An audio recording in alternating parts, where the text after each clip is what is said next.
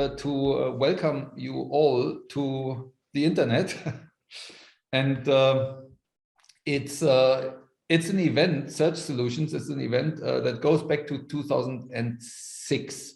So the first time when something like an industry day was organized as part of the European Conference on Information Retrieval, ECIR, was 2006 in London. Stefan Rüger was the main organizer then. And it turned out to be such a popular event because this was to bring in a little bit of industry into the academic mix. It turned out to be such a popular event that it was decided to run it on an annual basis in London, because ECIR, of course, is going around, and Search Solutions emerged from this as an annual event around this time of year. And it brings together a fair mix of people. So what we always aim to have is some academic perspective, some industry perspective, and end user perspective as well. And every year we have a slightly different mix. So this year we will be discussing at the end of the day what has emerged and what sort of themes and topics emerged. But one thing I can say already is that it looks like we have a stronger academic focus maybe, but we also have a lot of people who have a foot in both academia and industry, which is really nice. And I particularly like that there seems to be a reoccurring theme throughout the day around enterprise search, workspace search, professional search, and the opening session will start there as well. So in terms of logistics, I don't think there are any fire drills planned for today, so everything should be going smoothly. We are here actually on the second day of Search Solutions, because there were 2 tutorials yesterday, and I haven't heard any feedback yet, but one of them was in person in London. So the other one was online. So I guess we might hear about that later. I'm very pleased to now be here in my role as chair of the information retrieval specialist group. And of course, the most exciting part of this day will follow the Vanilla Search Solutions conference, which will be the annual general meeting of our group. So the AGM, which will start straight after we finished with the real business here. So I hope you stay on for that. And perhaps just one other thing in terms of recording. So we are recording things. So whenever speakers were happy to have their session recorded, this is happening. This was the same last year, and the recordings are online. So that is the second year, and hopefully the last year that we run it in a virtual format. So hopefully next year we will be back in person in London, Lyceum Tavern, for example.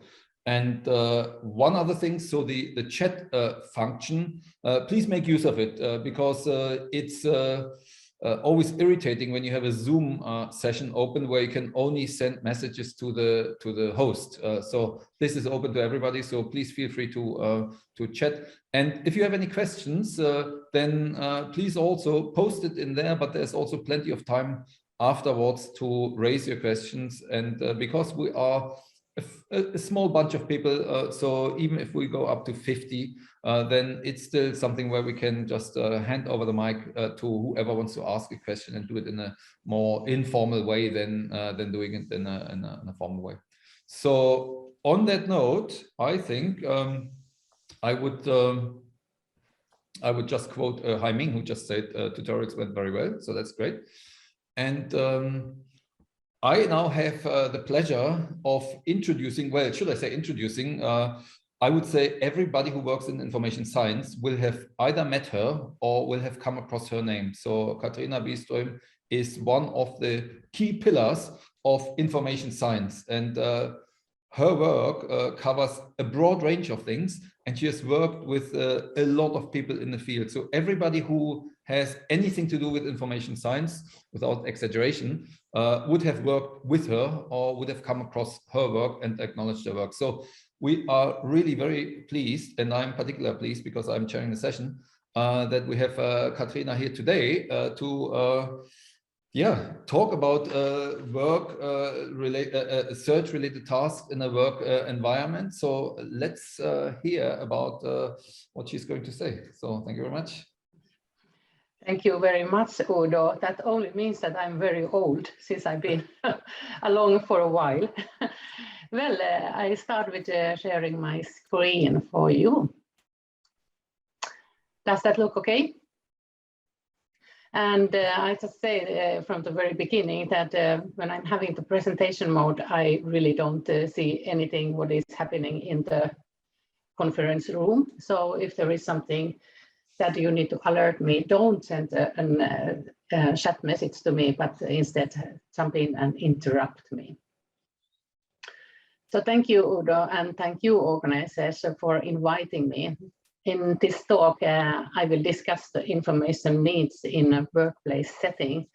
And as you may know, I have been always very interested to study how people use information in their work and how information flows in the workplace, often in relation to work tasks.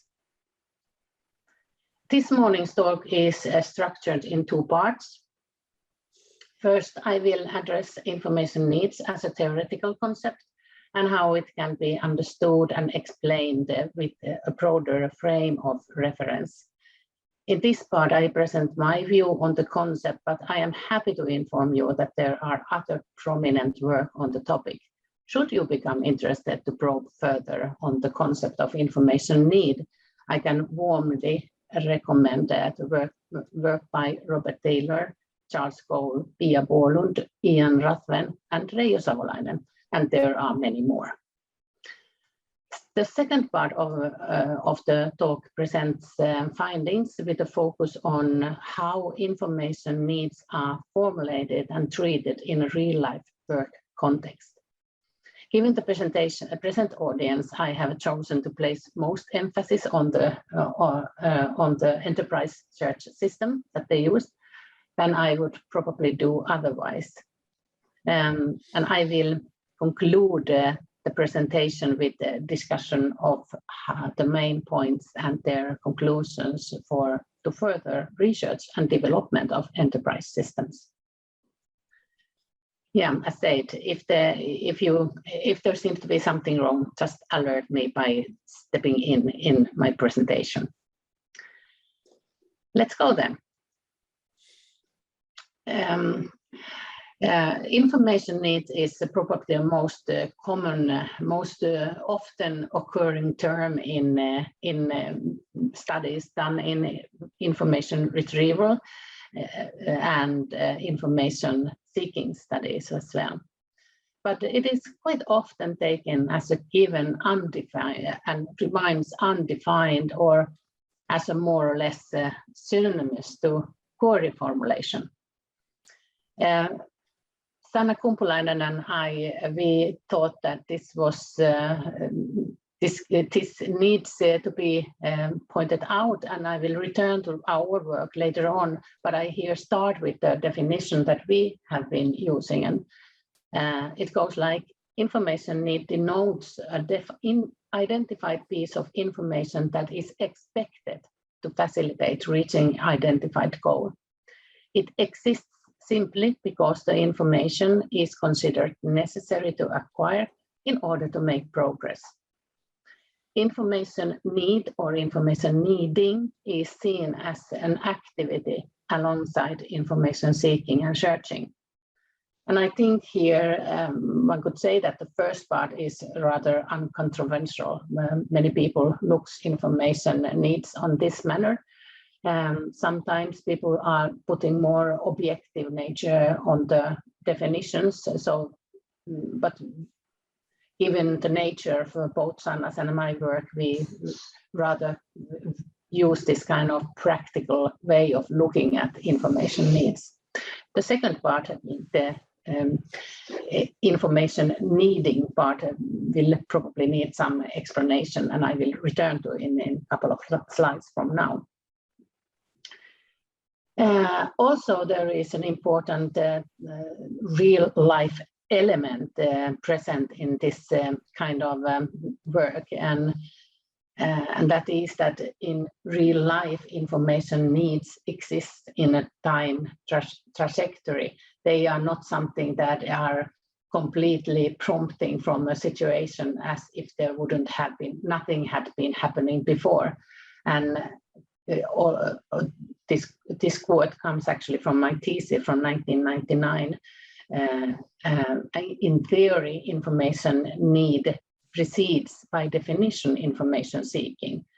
This causality is more complicated in practice, where preceding information seeking sequences may affect present information need perceptions. So what has been happening previously affects how we consider or define and perceive our information needs.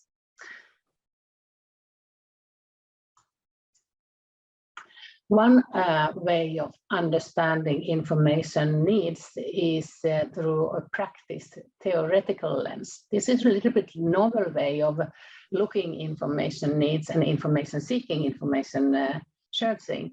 Much more common way is to look these activities from a cognitive perspective.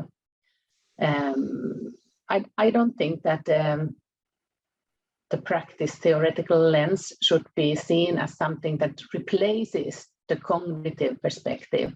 Rather, it complements and lifts up a little bit different aspects of information-related activities than the cognitive viewpoint does. So in practice view, information activities are not solely seen as an individual's cognitive products, but rather that they are related to shared view on these kind of activities. This means that social practice, if we look at the cloud on the right-hand side, that work tasks are kind of placed in a cloud that consists of the largest level of being social practices with culture and societal framing, whereas work practices are more local with conventions and traditions present in each of our workplaces. And within these work practices, we find information practices that there is other types of practices also, but we are most interested in information practices that have their conventions and traditions and routines. And that means that the way information needs are defined or perceived in a specific work practice is a way that is shared with other persons within that practice. So information needs in an academic setting would be different compared with an industrial setting. And that we have been quite often noticing that when you're looking at ways people are treating and valuing information, depends about what kind of context these information activities are taking place. So that means that also information needs is a product of the present context that they are taking place, as are information seeking and searching. It also means that these are learned ways of treating information and often collectively justified, valued, and rewarded. And they also, and there is the green arrow to represent the aspect of time. So these are on continuous development over time, and they often do this development in relation to material and technological changes. Sometimes and quite often, this kind of development, how we change our values and views and things that we are doing, is rather slow, but it can be drastic, like the ongoing COVID-19 pandemic has shown that we can adjust our ways of treating information in quite a quick manner when necessary. So this, maybe you have seen this model before and at least heard about task-based information retrieval or searching. And this is from the work of that I have been doing with Preben Hansen, but it also relates way back to the article by me and Kalervo Järvelin from 1995. And this is kind of the ground of task-based approach, that there are tasks in tasks. Every work task, or if you start from the information retrieval task, as they were called at that time, now quite often we instead talk about information search tasks, that they are part of information seeking tasks that again are part of the work task. And it is the work task level that is the important context for all the information activities taking place. And a common way of looking at the tasks, no matter which level it is to recognize three phases in this in how we are performing our tasks. There is the initiation level where we define what are we doing, what is this task about, how should I go about it.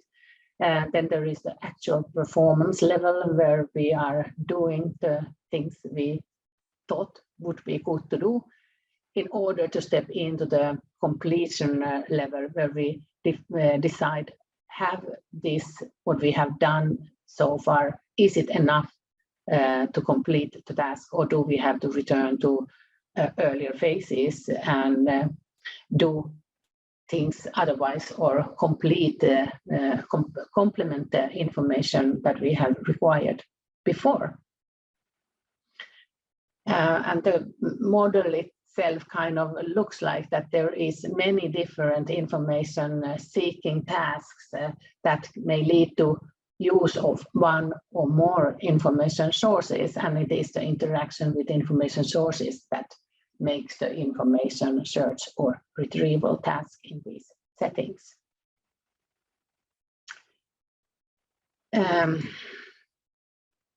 Right, what kind of information needs there are then? And now I will present a somewhat complex take on information needs and the vertical and horizontal relationships between them. I try to be to the point, but this slide will still take a moment to explain, and so please keep up with me or bear with me. This is the only heavy slide in the presentation. As a reaction to relatively unnuanced view on information needs, I and Sanna Kumpulainen aim to present a more comprehensive view on kinds of information needs that may be identified as part of carrying out tasks. And when having this aim, things often gets complicated, and this is why I say that this model or this slide will take a while to explain. So the most general level of information needs focus on knowledge useful in a broad scope of work situations. The more specific the level, the more specific the subject matter of information needs. And consequently, their satisfaction serves in a smaller range of situation, or is useful only for the situation as at hand. And the vertical relationships refer to how information needs of different levels relate to each other. So that is the left-hand side on the table. And the horizontal relationships refer to interconnections between information needs taking place on the same level, but address different subject matters. The broadest vertical level is the professional practice, and this level the needs are concrete or concentrate on information that facilitate placing oneself and one's duties in the overall workplace context. In a sense, these needs focuses on settling the prerequisites for working, for example, addressing ways of doing things in this place and kind of mastering the context. These information and needs may then instigate information seeking tasks within or outside a particular work task. The professional practice provides a backdrop for individual work tasks and the information needs connected to them. On this level, information needs focus on what constitutes requirements reaching a successful result. Information needs on this level focus on clarifying operational comprehension. What must or can be done? What is already known? What are the conditions for an appropriate resolution? New or additional needs may be prompted throughout the work task performance as new conditions may arise. These information needs keep the work task activated until acceptable result is achieved. The driving information needs from work task level feed down to specified triggering information needs on the level of information seeking tasks. Each information seeking task addresses on thematically coherent subject matter that is considered necessary for task completion. There may be one or several such triggering information needs of which each is treated as a task. Triggering needs instigate the actual consultations with one or more information sources that are expected to provide the information needed. When moving into the interaction with an information source, that is the information search task level, the triggering needs are operationalized into information intents aligned towards a chosen source, be it an information system, a colleague, or another type of information source. During a work task performance, the goal is to complete the task in an appropriate manner. All information needs that have been identified in the process remain active only if they continue to be deemed relevant for task completion. If information acquired in the process removes this expectation from another already identified information need, they are dismissed or altered, or new information needs may be formulated. So now we're done with that and come to the fun part, I guess, the empirical part. And we studied the use of enterprise system of an international biotechnology company employing about 7,500 people.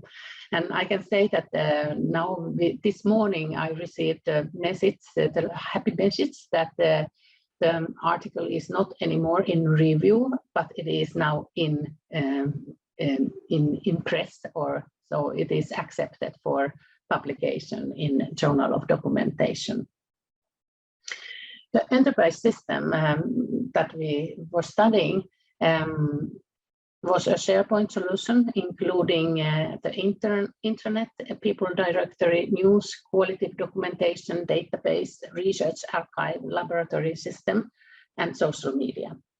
The interface allowed users to search across the entire system or to specify the search to a selected part of it.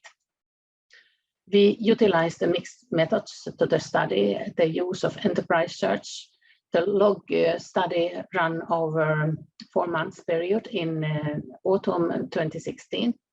And during this period, almost 6,000 employees carried out, so almost everyone if you remember, it was 7,500, the total number of employees, and nearly 6,000 of them carried out these nearly 300,000 search queries during the period. For each query submitted, the log provided data on date and time, user ID, source, search string, users, organizational affiliation, and users' job title.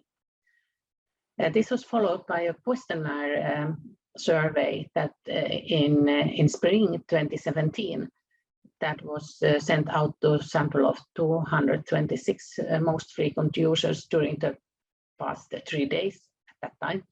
And it was completed about 100 users with a response rate a little bit over 43%. And finally, we conducted the contextual inquiry interviews with 8 frequent users during the spring 2018. And during the interviews, these users were asked to give examples of typical search tasks and furthermore to repeat 2 or 3 recently performed searches. They used the enterprise search system to show and explain how their search activities went. And these interviews were both audio recorded and when they were showing their searches, these were documented by video recording. I will in the following only refer to log data and the interviews and focus solely on the role of people. But the study led to many interesting insights. So please take a look to the article when it is out there.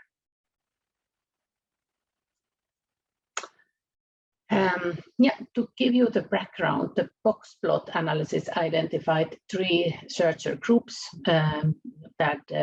First of all, one of them was highly frequent searchers with an average of 240 searches, compared with an average of 96 searches by frequent searchers, and the main group of active but infrequent searchers with an average of 18 searches during this period, the study period.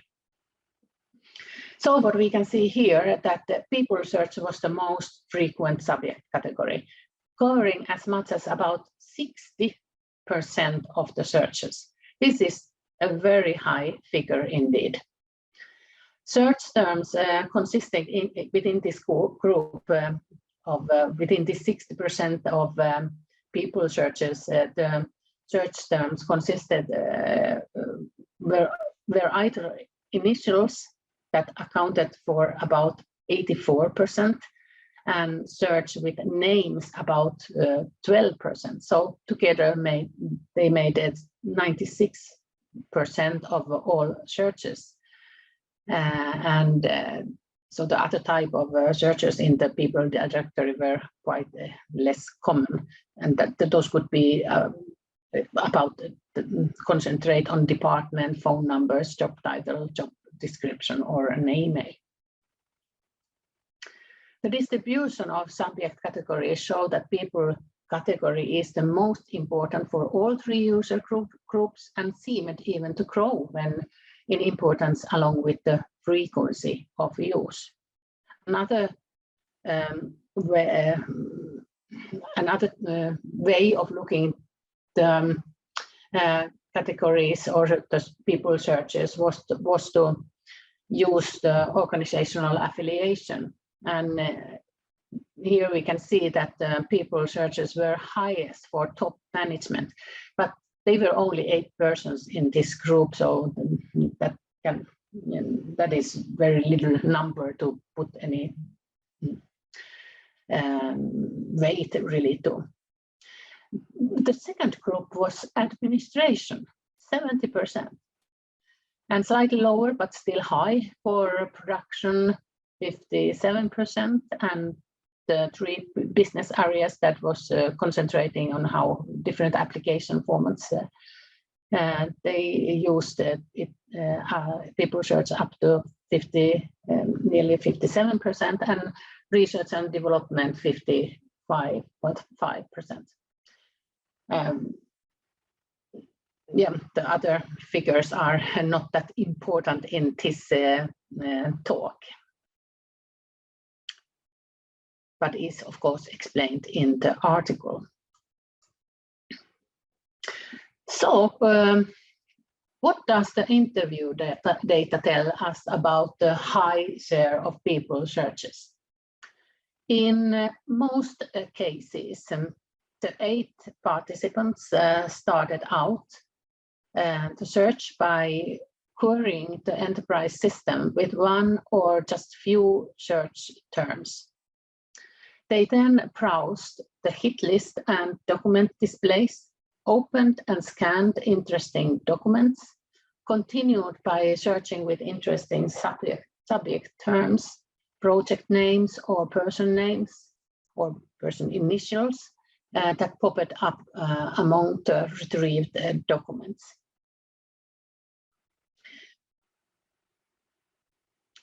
In this way, they kind of piece together the needed information by switching between searching, reading, and browsing. The participants use this exploratory approach for both specific and non-specific searches. One participant showed how he put together the search result for a non-specific search task by different information sources, and how he switched between searching, reading, looking up, and calling a colleague, and then continuing the searching. During the search activities, he used his contextual information to guide his search steps and decisions about what to pursue and in the browsing of the results and information. And he puts it quite nicely. I think this is a good citation from the empirical data. Then you get a long list where X appears, the name of the product that I work with. And then you get all these things. It means that I might want to open the documents and see what it is. I just want to see what it is. Here is a person that has worked with X. I can also contact him. Here is a product sheet of a product that apparently has been developed lately. Here I can see the product that somebody has produced. It could be interesting. What it is used for and who did it. It means that I might open it and see what it is. Right now, I will continue with this product number. In several cases, the participants needed to search old material. Over time, products have been tested in different business areas, which is why scientists search for former projects and people who had worked with the topic of interest, both to profit from their findings, of course, but also to avoid replication of effort. There are really many of these application areas that the company has looked at before. 15 years ago, we often see this, that many things we have invented 10 years ago when the market was not clear. Many of the projects run in such cycles, says one of the participants. And there were several examples of the participants piecing together the search results by using a combination of subject searching, looking up project documentation, and identifying and contacting colleagues. Here's one more citation about this. If a project is in its initial phase and we are looking for different screening methods or different assays or different application methods, we should connect to those who have done this before. For instance, I have a project now that also ran in 2002 by a person in Denmark, and she has made a closure report. So it was a good place for me to start from where it ended. And that was where I started in that is why I started in the research database with the name and project number. And then I contacted the person and got access to look at the documents. Also, the persons who had previously worked with the products, process, or market were valuable sources. The participants could start the search with a single subject term and continue by author search to find documents or information, or by looking up a colleague who could guide them to relevant information or persons. Another quote. Typically, when you start digging in things, a large part of the search is also identifying the network internally. And then someone is saying, a colleague worked with this in '97, and then I either get him to send some links or I go to the research database to see what I can find looking up my colleague. And if you are lucky, you find something. Governance related to problems in the people directory were lack of subject information and outdated information. In addition, one of the participants noted that a weakness that it is a weakness that people disappear from our phone book. So if you look for details about the person who wrote something, he might not be there because he has left the company. So to sum up then, what does this all mean? Historic contextual information needs were surprisingly common in the material. To carry out their work, people identify and address multiple information needs in various levels, including the professional practice level. They are dependable of contextual and historical knowledge, and the needs for this type of information are also relevant for carrying out individual work tasks. For both future research and also system development, this necessitates to acknowledge not only the work tasks that we kind of have been saying now for a long time, but also the historical and contextual overall context of work. And this I think, is a novel finding that is often missing to make this kind of semantic links to older material. And especially using people, and that is the role of people then, that also seems to be changing. Personal identification, such as the initials and names in this study, were used to find specific persons to contact for asking for their expertise, but also often as channels to find or get relevant information sources. Both of these ways of or roles for people at work are known since before, but I think that a newer role is their mediating role in search as a keyword to find other information or to decide paths to follow as part of a tracing search. So kind of people have become more from their expert roles, they become more instrumental in the searches. In the present study, two equally sized searcher groups were identified. That was the research and development. Technicians and specialists has often known to be heavy users of information systems at work. But surprisingly, the administration was also identified as a heavy user of the enterprise search. And whereas they used much of the same search techniques, they had quite different search aims and topics. And this emphasizes that enterprise information system, whatever information systems for work there now is, are becoming these multi-purpose and serve different user groups. So there is no longer an information system that is only used by one group of professionals at workplace, but several groups are using the same system, maybe putting the weight in the different parts of the content in those systems. And as the use of systems and perhaps also working remotely will increase in the future, there are good reasons to recognize these multiple user groups and include them in the future development of enterprise search systems. So not only looking at who are the core users of the system, but recognizing that many groups will be depending on the development that is done on these systems. And finally, then the tracing strategy that we identified in the study.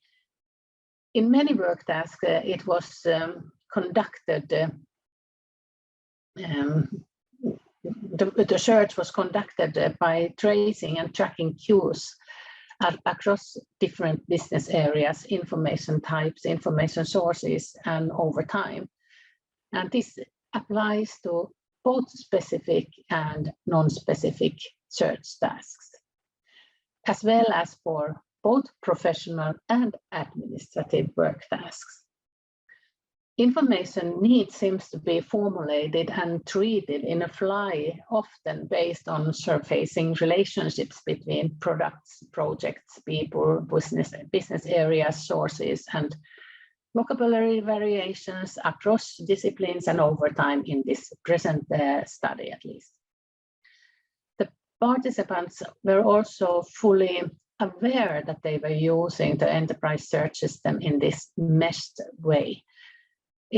The characteristic for the tracing strategy is that the participants carried out simultaneously an open-minded, open-ended explorative searches and very focused search with the clear picture of information they were looking for.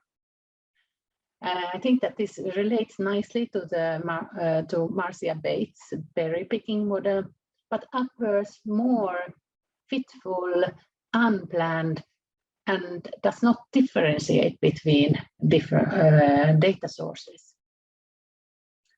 So to conclude, for a long time, the studies in work settings have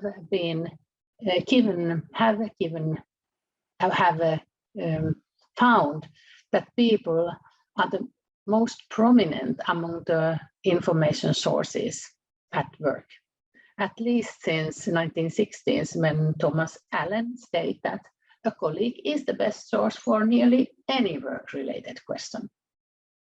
For some years now, I have discussed with my students whether this is changing.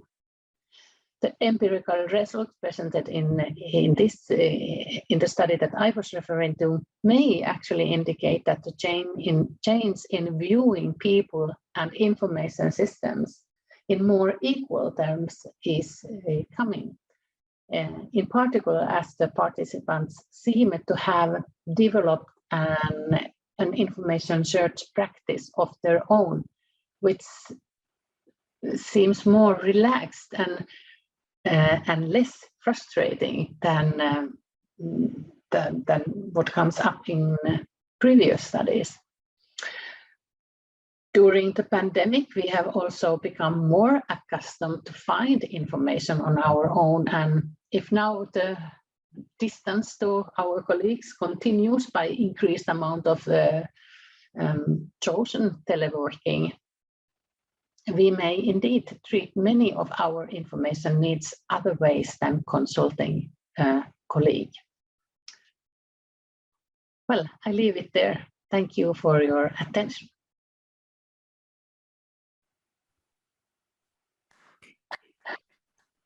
Thank you very much. That's great.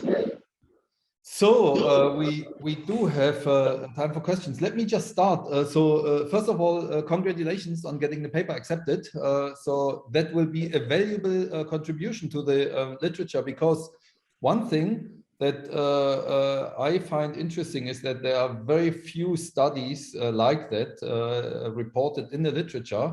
And it seems they are all from the Nordic countries. I mean, not all of them, but many of them. So Dix, Denmark, Kalavo, Järvelen, then there were people looking at Novo Nordisk, Petersen. So they all seem to be from the Nordic countries. there is the odd study like that coming out of IBM, but yeah, so this is very, very, very helpful and very useful. And I found it also interesting that the people search aspect is such a prominent thing. So Charlie and I, of course, we are always very happy when we come across people reporting this, because that's what we claimed as well in our little survey. So one thing I wondered was, you mentioned that the people category, people searched for specific names and entries in the telephone directory, but also for expertise and for projects. So what was it? Maybe I didn't get it, but what was the breakdown there? So was it more that people were looking for historical information and looking for expertise and looking for somebody to talk to, or was it mainly people just looking up names and telephone numbers in the directory? I think that, yeah, of course, there is the ordinary way of using telephone catalogs to get in contact and find contact information for people.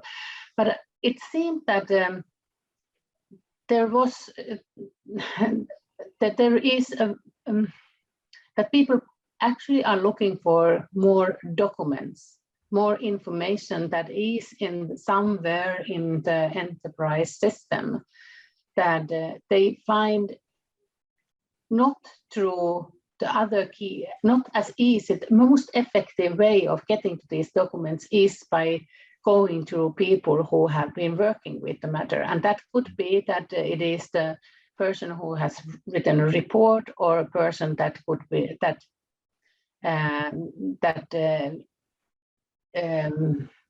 have other materials available. So that sometimes it seems to be about looking for the expertise around the company, and sometimes simply getting the documents that has been created by these persons. Mm-hmm. But I think that the thing that this study collected all requests that came to the system, and we were not able to get out the goals of every search in this material. Of course, leaves a lot of room for speculating or guessing what is the reason that this number of being so very high in the system. What does it indicate? But nevertheless, it indicates that people directories are important sources of information for very many people. There is, you can get contact information to the customers, maybe where to send billing addresses. So they are connected, and that might be explaining the administrative use of this material. So at least it makes clear that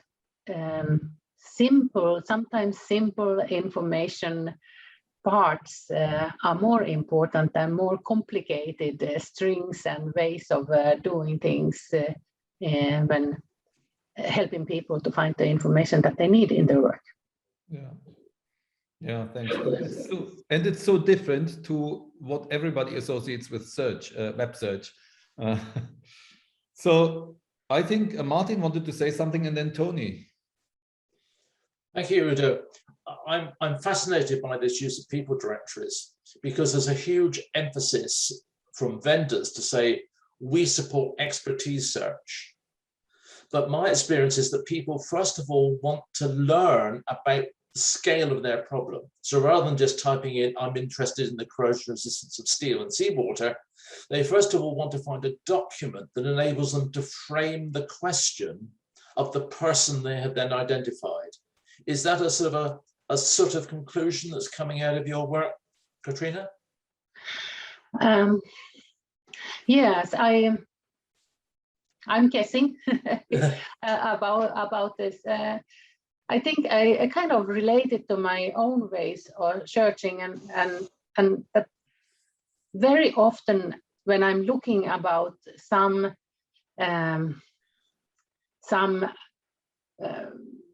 area of expertise, I know someone in that area, so I start by looking up them, and then so this fits very well in my way of doing. I don't know, maybe if you think about your own ways of how you're doing this this kind of searches, so maybe it fits. I also think that the problem has been, I recognize it in some earlier studies too, that people have been saying that it is a mistake to remove people's names from the possibility to search when they leave the company, because so many of the documentation is connected to them, and sometimes that probes that link. That it was also recognized by one of the participants in this study. Thank you. So Tony, and also, by the way, Charlie left a message in the chat window. So he says that often the problem is the translation of the user's need and the documents that you try to find. And so you often need to resort to finding the right people. So over to Tony.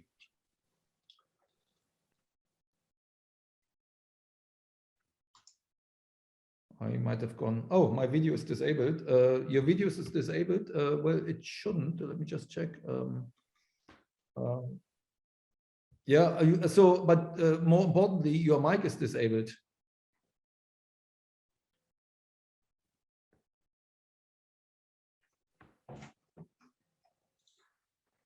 Can't start video either. Okay, so try again. So maybe we have another question. Oh, wait. Hang on. There we go. There he is. There he is. Yeah, something obviously just started working. Okay, great. All right. So that was what great talk, Katriina. Thank you very much for that. I thought that was really interesting. Oh, I think somebody got the. I'm getting two voices at the same time. Okay, there we go.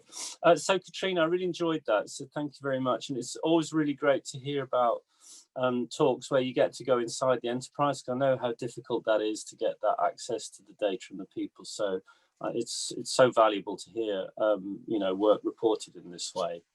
I had a question. I was just wondering if you could say just a little bit more about the query formulation process, because obviously we have this stereotypical notion of enterprise search as being a simple search box and a set of possibly unrelated keywords, but then again, some users, I'm guessing, would probably be more structured in their approach, and depending on the tooling, they may actually have access to query builders, which would, you know, invite them to engage in a kind of slightly different interaction. So I'm just wondering if you could talk a little bit about the query formulation process and the tooling that was available. I hope really that I could, but I can't, because I do not have access to those materials. So I think that is a question that you better put to the first author of the article, Marianne Lykke, and she will be able to look at the. We didn't use that data for the article. So maybe she is planning to use it for another one, but that is really a question to put to her instead. Okay. So that there you have a next year speaker, perhaps. Do you know what platform they were using, or what enterprise search tool they had? Do you know what it was? It was a SharePoint solution. Yeah. Oh, okay. Okay, in that case, I can sort of make certain inferences on the basis of that then. Okay, great, thank you. So what was your thought about it? Sorry? About what SharePoint? What do you think about it? What are you guessing then? Well, I suppose I'm just curious as to, I guess some of them might have tried structured searching and possibly had a bad experience. I don't know, I'm speculating here, and then backed off to more unstructured searching. But again, I'm speculating really, and I'm just wondering how that might have changed their search behavior and the types of queries that they then articulated. I find this also a very interesting question, because always earlier when we have been looking at different types of tasks, there has been this frustration coming up if the people, if you know what you're looking for and you have to start to think of and dig around, then people have always reacted with a frustration to that kind of searches. And in this material, it was not visible. And I wonder if it was that we missed the frustrated part of in our interviews, because that's really, and I think that needs to be studied closer. That have we become more understanding or more tolerant and realize that this is part of how we need to use the system. We can't expect it just land here. We need to do some work, and that interests me a lot too, to see how people have we stopped react with a frustration to information. Yeah, and exactly, and their mental models about what they think, how they think that a structured query might be interpreted anyway. You know, it may be accurate or it may be inaccurate. I don't know. Unfortunately, I will have to stop Mr. Structured Search here because he is the man, of course. But I can see Martin switching on his video, and that worries me because that means that I have run out of time, unfortunately. So first of all, thank you very much, Katriina, for telling us all about this. Please do send us, I mean, I'm talking on behalf of myself, and I'm sure Tony, Martin, and Charlie, if you could send us a preprint, or if you could bang a preprint into archive saying accepted for Journal of Documentation, that would be very valuable. And it will go straight into my lectures for this term. So excellent, thank you. Thank you very much. Unfortunately, we are at the end of this session. Now, one thing before we